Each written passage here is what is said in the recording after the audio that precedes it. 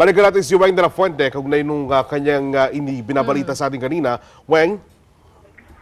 Yes, Oni na nandun na tayo dun sa kanina, kinukwento natin yung experience dun sa pagpunta dun sa New Era.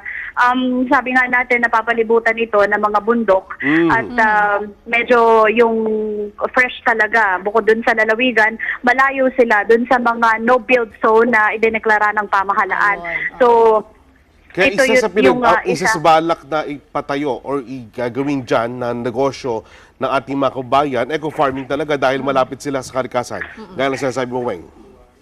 Oo, yun na nga, Onin, At hindi basta-basta mga pananim yung itatanim nila dyan sa eco-farming project na yan. Kundi ito yung mga imported rice varieties, imported fruit-bearing trees, at nandyan din yung cultured mushrooms, at yung iba pa na mapapakinabangan din nila at mapagkakakitaan nila sa mga darating na panahon. So, gaya nga nung nabanggit natin dun sa mga naunang pag-uulat, ang pangunahing beneficiaryo nitong housing project, eco-farming at yung mga various livelihood projects sa Sitio New Era ay ang mga miyembro ng Iglesia ni Cristo. So, pero Weng, sila yung mga linawin na natin yung area na pagtatayuan ng pabahay. Before, ano ba yung community na to? Dati nang may mga establishments dito? Wala, Jel, dahil sa ito ay talagang ide-develop pa lang. So, itong lupain na ito ay bahagi siya ng 3,000 hektaryang pag-aari ng Iglesia ni Cristo dyan sa area ng Alang-Alang, Leyte.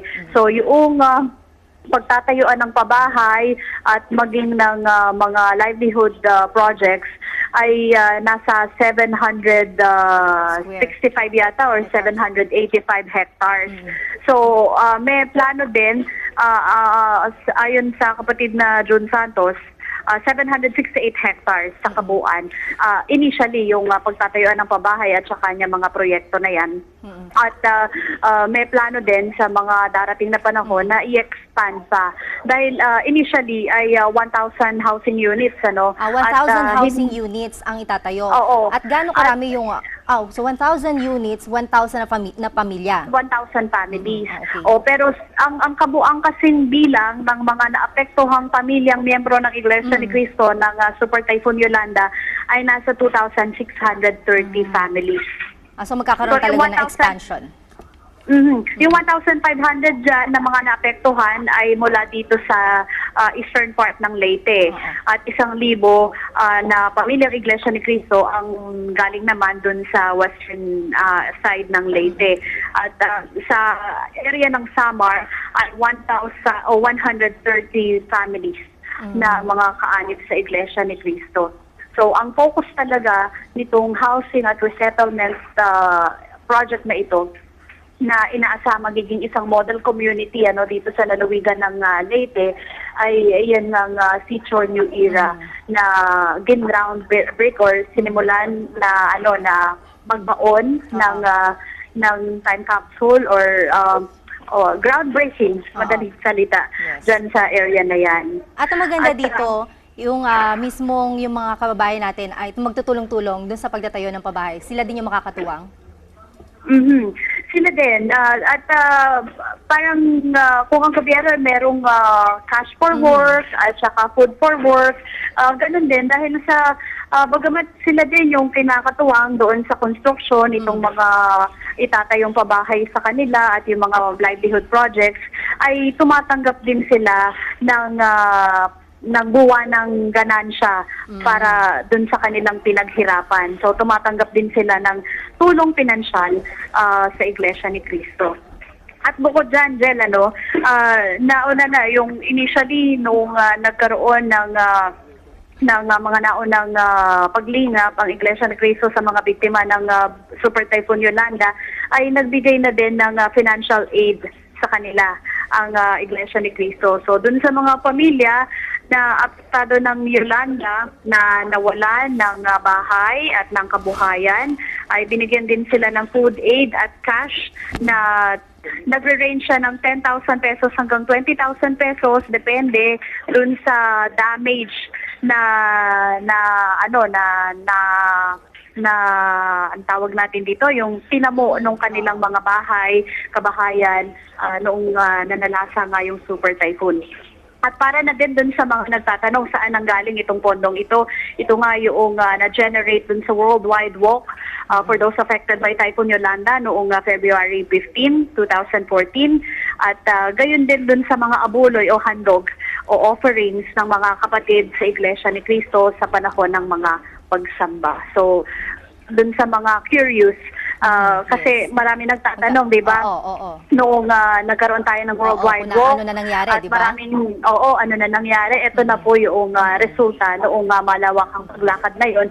At dun sa mga nagtatanong, hindi lang pabahay, kundi meron din pangkabuhayan. Oo. At least yan talagang malinaw na may kinahinatnan. Itong pagbibigay ng tulong dun sa Worldwide Walk, nakita nila ito na yung resulta ng tulong na ibinigay nila. At talaga naman mapakakikinabangan ng ating mga kababayan. Ayan. At dun nga, initially kasi 1,000 lang. So, may mga pagkakataon pa na hindi lang natin alam kung same site din.